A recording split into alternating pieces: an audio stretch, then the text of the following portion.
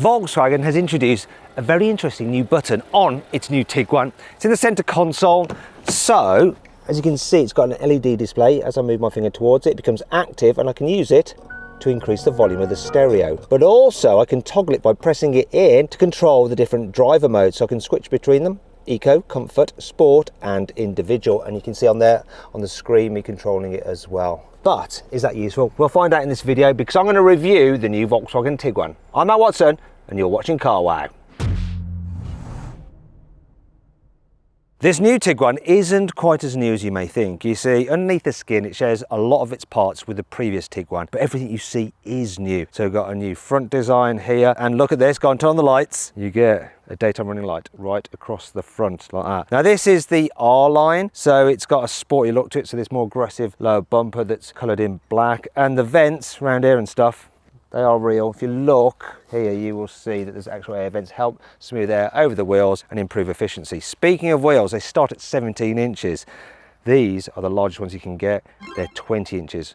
More on those later because they are important and they do affect the car. Once again, being the R line, we've got the R badging, we've got contrasting door mirrors, we've got black surrounds here like that, and we've got the black roof bars. Now, lesser versions don't have the black trim and they don't have some of the bits and pieces, and you can get an elegance model which replaces the black for chrome. Moving to the back, we've got a light bar running the full width. You don't have the full width light bar at the back on the lower spec versions. Let's have the light off so we can have a look at what it looks like without them on. You've got your VW badge there, you've got your Tiguan badge under there, and no fake exhaust anywhere to be seen, just a sort of fake diffuser. But that's fine. You know, it's not offensive looking, it's not particularly exciting either. It's just okay. But what about the price? Here on CarWow, you can see the prices start from £34,000 rising to 48, and you can save an average of £2,700 off a Tiguan through CarWow.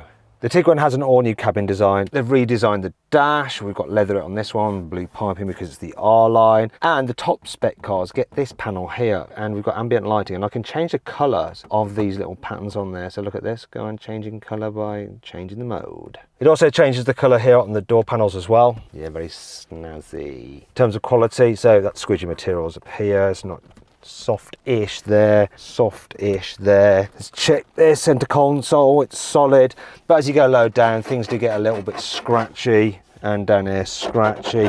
I guess what they've done is spent the money on things like this, the ambient lighting. Yeah, they have, haven't they? Also the tech as well. Look at the size of this screen. This is actually the upgraded screen, so it's 2 inches bigger than the standard screen, which is actually big enough. But you know, if you've got the opportunity of an extra 2 inches, you're always going to take them, aren't you? So the system itself is okay and quite easy to operate. It's a touch laggy though. Let's get the nav. Where are you, nav? There we go. Look, see, it's not the smoothest. Biggest problem though is that you have to control the climate through here, so you can shortcut some of the controls by these sliders here, which are now backlit. They didn't used to be backlit, and you can double tap them to do certain things. I think it's that for the seats. Yeah, there we go. You can double tap for the seats. Can you see? So once you get used to it, it's not terrible, but you do end up having to go into this menu, and then it's one too many presses and a bit of a faff. I'd rather have some knobs that you can easily access when you're driving. So it's all right. It's not the best in the world, and you do get Apple CarPlay and Android Auto, so really that's what you're going to run on this most of the time. Then you've got this digital driver's display. Once again, lots of different menus and options that you can like cycle through, and different views and what have you. All very clear, very easy to use, and it's got all the information you could need. One thing that I really like is this. They have put the gear selector up here, just so much easier to use when you're driving. Well, I don't know why people put them down there, I just don't. Speaking of down here, there's that new button. We'll come to that a little bit later on, but I want to show you the storage solutions here. So the first thing is that under here you've got a nice big useful area, and you can remove these bits so you can fit bigger things in there, or you can use that to hold a large bottle. Actually in there for some reason they put the 12-volt socket. But there we go. Right, here you have cup holders, so they're quite good, so they can grip different sized bottles. That doesn't wobble about too much, and if you don't want to use that you can actually remove it like that. Then here we have a pad for your mobile phone, so you've got wireless charging for the mobile phone there. Look at this, see, it keeps your mobile phone out of sight. But if you look underneath here, you will see those gaps? That's because there's a fan under there, so it'll fan your phone so it doesn't overheat when wireless charging. And then if you don't want to use wireless charging because it's too darn slow, you can use these USB-Cs there. And more on those in a bit, because there's something interesting about those as well. Or you can just put your mobile phone up there where you can see it, but it might distract you, so don't do that. Anyway, door bins, as with other Volkswagens, lined with felt to stop things rattling, and they should hold a big bottle. Look at that, plenty of room in there. glove box, plenty of room in there too. And of course, you've got the sunglasses holder up here. Fit massive glasses in there, though you do have to slam it to shut it. Got big sun visors, large vanity mirror as well. All very useful, very practical, and the driving position is pretty good as well. And this one has the R-line steering wheel, so it's got a slightly sportier look to it, and you've got all your controls on there. Thankfully, they're not touch-sensitive buttons, they're actual physical buttons, so it's less likely you'll accidentally press them when you're driving. The seats, well, being the R-line, we've got the sport seats on here, so they're a bit more body-hugging than the standard seats, and of course, there's plenty of adjustment in them. And it's really easy to get an ideal driving position. Lots and lots of adjustment in the steering wheel as well. You know, I like this. The fact that you can just raise that up, get to the right height, and then you can just drive the car along like that. It's nice and chilled. The interior is nice, however, I do think that the interior design on a Peugeot 3008 is slightly cooler. And if you want to see my full in-depth video review of that car, click on the pop-out banner up there or follow the QR code appearing on the screen now. Look how much room there is in the back of this Tiguan. So, lots of knee room. Look at the foot space, huge footwells, and you can really stretch out underneath the seat in front. Then there's the headroom. That's excellent as well. And look, you can do this. You can slide the seats forwards and backwards. And there is also the ability, if I can find the strap, to recline them. Look, you can have them up more upright if you want. Who wants that? Or reclined. They're really comfy, the seats as well. Now, when it comes to carrying 3 in the back at once, it's actually very, very good. So, yes, there's this hump in the floor, but it's not that fat, so you can quite easily straddle it. And even with 3 adults in the back at once, there's enough foot space and there's enough shoulder room. That's really, really good. It's also good for carrying babies because the child seats are really easy to fix. The ISOFIX anchor points are dead easy to get to, and the doors open fairly wide as well. Look at that. And there's enough space back here that you can fit a bulky rear-facing seat without having to move the front passenger seat forward. All good news. What's also good news is this. Look. The back windows, which are huge and give you a great view out, go all the way down. And I'm not sure if you can see this. Look, look, look, look, come back. Can you see this? Yeah, look, double glazed. That helps with the sound insulation. Now, you've got plenty of practicality here as well. Look, you've got pockets there, and the seat backs, then there's another pocket there. Actually, let's just show you. You put your mobile phone in there like that and watch it. And you've got your USB-Cs down here, and all but the entry-level car gets climate control here in the rear as well. The door bins are massive. Look, once again, in back here, lined with felt, huge. And if I fold this down, you also got the armrest and cup holders in there. Hello, I'm the cup holders. Right, and you've got through loading as well. Look, if you need to carry longer items and 2 people in the back at the same time, it's really good. Is there anything else to tell you? I feel like there is, but I can't remember what it is. Oh, I know. At some point, you'll be able to get a 7-seater car based on this. It won't be called the Tiguan, but if you can't wait until then, you might want to check out the Skoda Kodiaq, right? And to do that, click on the pop-out banner appearing in the top right-hand corner of the screen or follow the QR code on screen now. In case you're wondering, Skoda named its Kodiaq after the big brown bear. Also, Volkswagen has named its Tiguan after an animal. Actually, it's 2 animals, and they're illustrated on the rear windows. So the first animal is the tiger, and the other animal is the iguana. And sometimes ChatGPT just chimes in for no reason. What are you talking?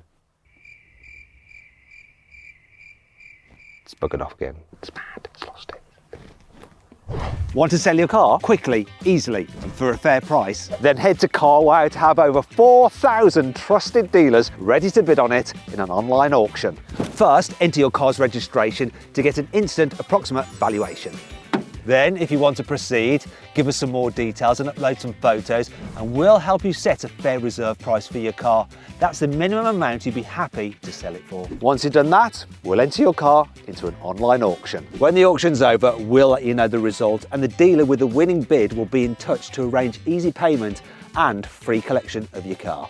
93% of sellers surveyed said they got the price they expected or more through CarWow.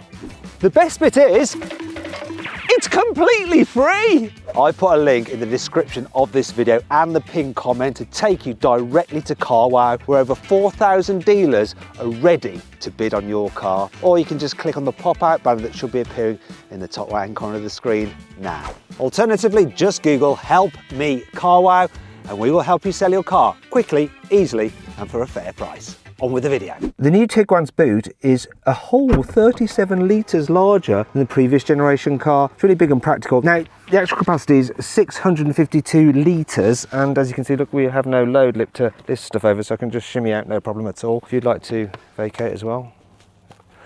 So you can fit 2 men in there. Now, the 652 litres is actually measured with those seats pushed all the way forward, so it's actually a bit smaller in reality. And under here you have some storage, and as you can see, the low cover can fit under there, which is great news. Now, other features we've got in the boot, well, we got hooks here. There's another one over the other side. No, there's not. There's that button, more on that in a bit. And then you have these levers to lower the rear seats, like that. Right. They don't lie completely flat, but you do have a continuous floor when you have this in the raised position. James, would you mind just illustrating how you can slide things easily to the front? Go slide easily to the front. Slide easily. Okay, that's good. Now, I wouldn't mind you just moving your legs off this bit, because I want to explain that if you get the hybrid version of this car, some of this storage underneath here, it's eaten up with some of the batteries for the hybrid system, and so it's not quite as practical. And that brings you on to 5 annoying things about the new Volkswagen Tiguan. This toggle dial here seems like a bit of a missed opportunity. It's handy to have it for driving mode, I get that, right? But why go for volume as the other option? Why volume? Because the volume control is just there, and also you can, shut up, or you can do it here on the steering wheel. Why do you need another one here? It would be better if they chose to actually have the fan speed on there instead, because to operate the fan speed, you have to do, where is it? There it is, look, there. No, I want to be more precise there. See? If it was there, it'd be easier. The integrated headrest design of the R Sport seats do block rear passengers' forward visibility, and that can make it a little bit more likely for them to get car sick. It's great this car has a heads-up display, because it displays things like the speed and information about the lane keeping assist and all of that onto the road ahead of you.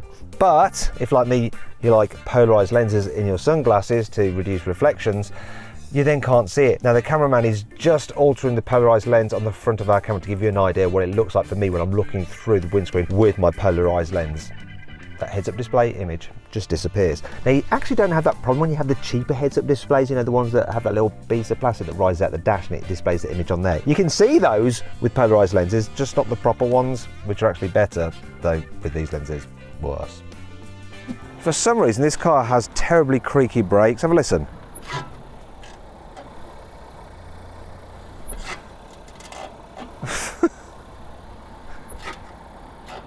What's that all about? That's not very Volkswagen. Yeah. The definition of the reversing camera really is pretty low. You'd think the VW would have a better system. Here's an example of a reversing camera on another car that is similar in price. It's way better than this, isn't it? It's not all negative though. Here's 5 good things about this car. The Tiguan comes with integrated ChatGPT, so you can ask it questions. So let's say you're driving along, you're having an argument about something, you can say, "Hey Ida, which car maker will not let Matt Watson review its cars?" From ChatGPT, the car maker that will not let Matt Watson review its cars is Ferrari. Yeah, do you know what? That's true. They don't like me drag racing cars, so they just won't lend me any to review. The USB-C sockets have 45 watts of power, which means that you can charge a laptop. There's the sound. Look. Ooh, the charge symbol. Went in. You can get a tow hitch fitted to the car for £1,000 extra, and it's electrically deployable. Look, it drops down like that, then you just lock it into place. Included in that package is trailer assist. So what that allows you to do is set the angle that you want the trailer to go at using the little switch for the door mirror, so you don't have to do this kind of mental arithmetic to figure out whether you need to steer that way or that way to make the trailer go that way or that way. It's really handy. Also for £1,000 you can fit the optional adaptive dampers, and they have a wide range of operations. So 1, 2, 3, 4, 5, 6, 7, 8, 9, 10, 11, 12, 13, 14, 15 different levels of stiffness. There's ISOFIX, look, on the front passenger seat, and it's dead easy to get to. So I'll show you how easy it is to fit a child seat here in the front, especially because someone else is doing it. As he scratches the car. Are we in? You locked in? Okay, good. Yeah. So let's rotate it around to show how much space there is for a rear-facing seat. Look at that, you can have your child next to you. So, my child, please jump in here. Oh.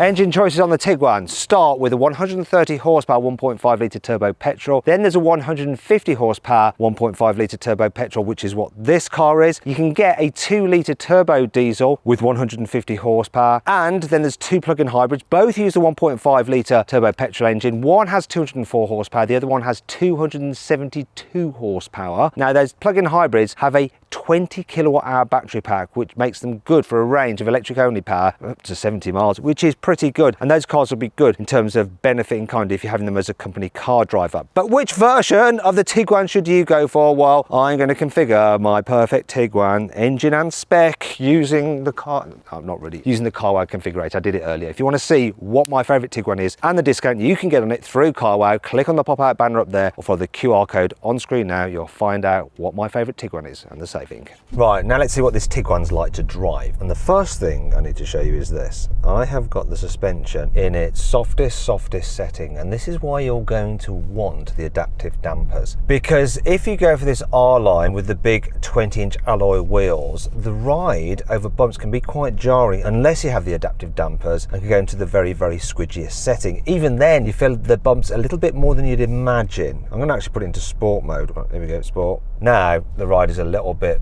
overly firm for this kind of car. If I was on smaller wheels, it wouldn't be so bad because I'd have the extra cushioning of the bigger, squidgier tyre. On these 20s, it's just not quite what you're expecting. It's a bit of a shame because this is otherwise a really relaxing car to drive in town. Just going to do a U-turn here. Turning circles, I think it's about 11.7. It's about par for the course for this kind of vehicle. I'm going to whack it into reverse. Love having the gear selector there to bring up the cameras. There we go.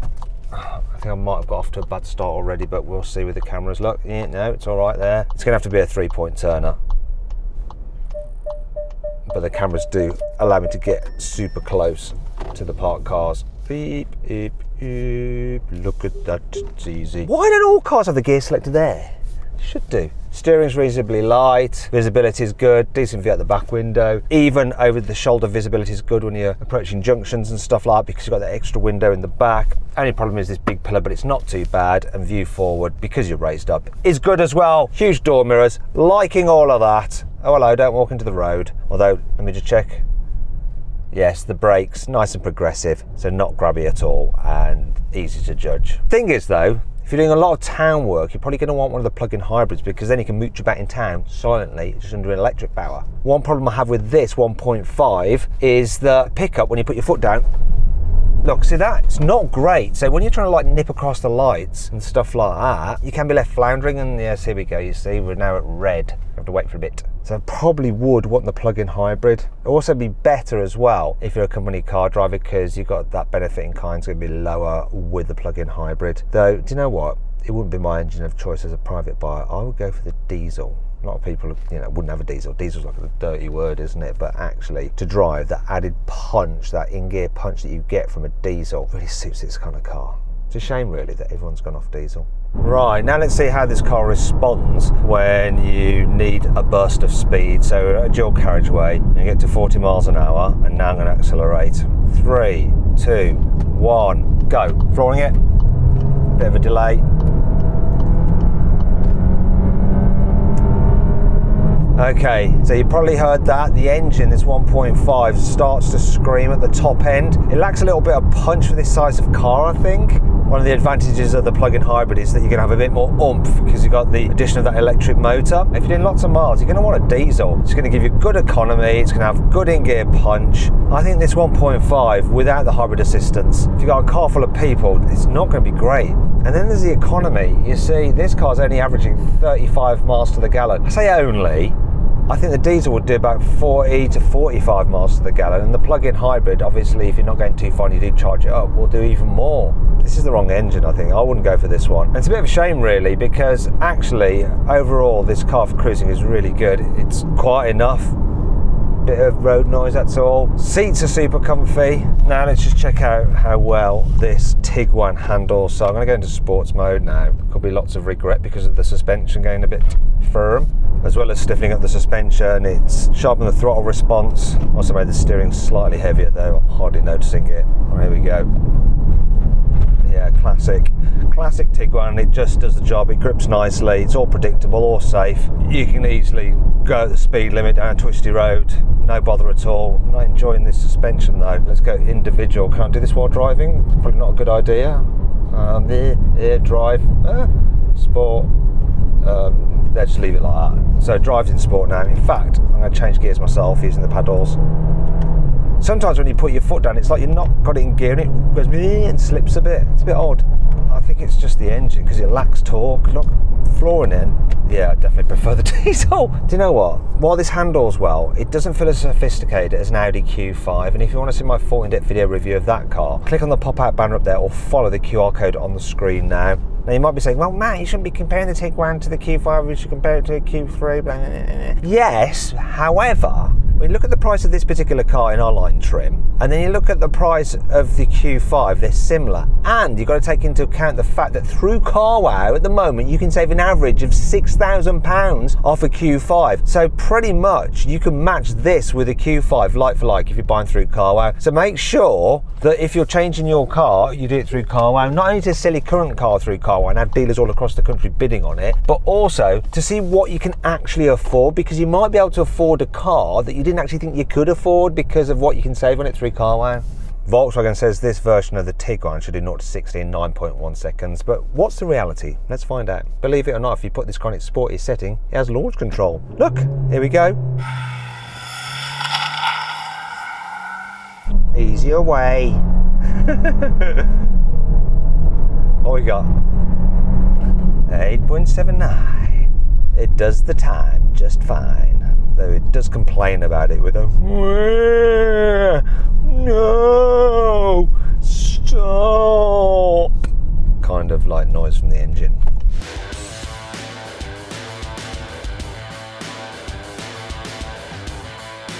So then, what's my final verdict on the new Volkswagen Tiguan? Should you avoid it, consider it, shortlist it, or just go right ahead and buy it? Well, I reckon you should shortlist the Tiguan. You know, it really is a good all-round family car, but if you shop wisely on CarWow, you might be able to get a better car for similar money. Anyway, if you want to watch some other videos, then just click on the video windows, and if you want to change your car the easy way, just click on the CarWow logo to head to CarWow. Thanks for watching.